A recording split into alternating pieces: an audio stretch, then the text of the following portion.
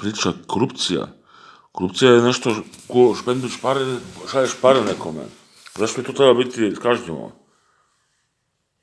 Šta s tim parama? Bolje da cijela država pun para i novaca, tako da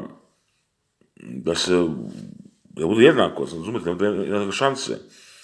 Pa normalno da trebaš praviti se u kuću, šta, ako ima dosta para, zašto ne pravi jednu drugu kuću? Ili sebi samog. Neki skyscraper. Ako letimo uz novac daleko od vas 450 godina na onda, da vam dati koji 50 godina za vas. Razumijete?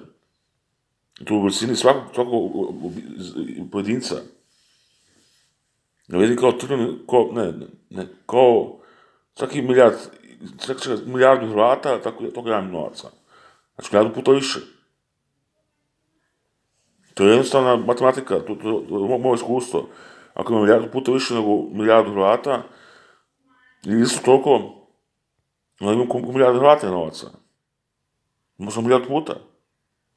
To se nas tiče u životu, ja sam to stigao. Ako imam tu korupcije, ne znam, ja možda ne pare, kako baš me briga, ne može niko suditi. Da pokrenemo Hrvatinu novaca, mogu je protiv Unije, da Unije bilo cijelo puta, znate, manje vrijedi. Previše ljudi.